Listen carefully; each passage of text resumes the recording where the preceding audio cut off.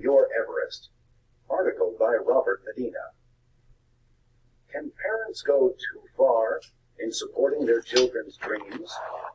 This is a question people sometimes ask when they hear the story of the teenage mountain climber, Jordan Romero.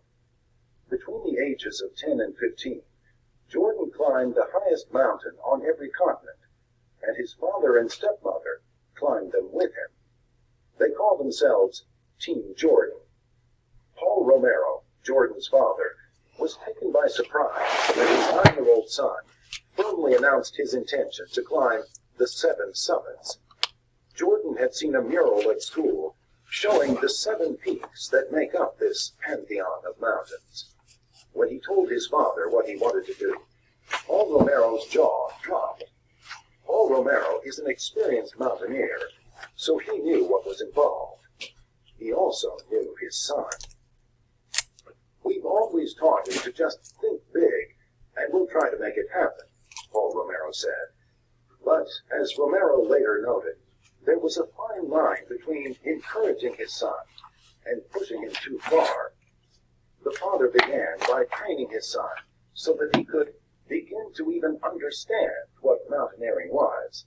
That there's this long, hard, dirty, unfun hours and days and weeks of carrying packs, and long, extensive, brutal travel, and all this type of stuff, just before you can even think of climbing a mountain. Jordan persevered, though, and in July 2006, when he was 10 years old, Jordan and his family climbed 19,300 foot high Mount Kilimanjaro, the highest peak on the African continent. This was the first rung in the amazing ladder that Jordan Romero had set out to climb. Over the next 5.5 years, Team Jordan climbed Mount Elbrus in Russia, 2007, Mount Aconcagua in South America, 2007, Mount McKinley in North America, 2008, Mount Preston's Pyramid in Australia, Oceania, 2009, Mount Everest in Asia, 2010, and Vinson Massif in Antarctica, 2011. In many of these climbs, Jordan set a world record as the youngest ever to climb the peak. When he completed the 7 summits at 15, he was the youngest person ever to accomplish that feat. It was the Mount Everest ascent, when Jordan was only 13 years old, that has created the greatest controversy. Jordan's feat, as the youngest person to reach the top of the world, was publicized around the world. "How young is too young?" asked one newspaper headline. Many mountain climbers and medical experts questioned whether a 13-year-old boy could climb so high, Mount Everest is almost 30,000 feet high, without physically harming his body. Dr. Michael Bradley of the National Institute of Health noted, "Most 13-year-olds don't have the wiring to make cognitive life and death decisions, and are not truly able to understand what they're signing on for." Another physician, Dr. Peter Hackett, reported that there are conflicting opinions about the effects on a young brain. Some theories say that a young brain is more resilient. Others say that it may be more vulnerable. Many climbers take exception to the publicity surrounding Team Jordan. Everest climber Todd Burleson summed it up by saying, "He's got his whole life to climb Everest.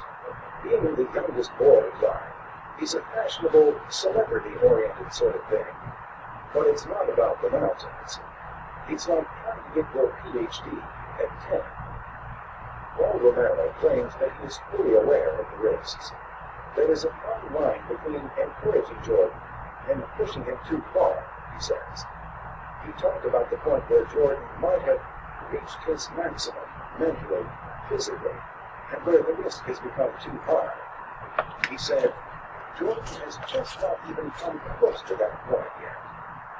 And what about Jordan, now that he has accomplished his goal of climbing the 7 summits before his 16th birthday? Unsurprisingly, he has a new mission.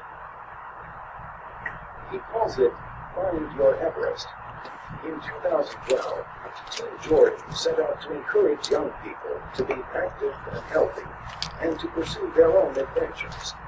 In the process, he is inviting young people to join him in climbing the highest peak in each state.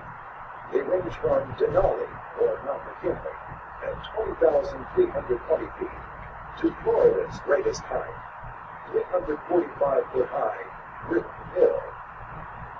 I feel good about what my parents have taught me about setting goals, Jordan says, and now he wants to spread that message to others.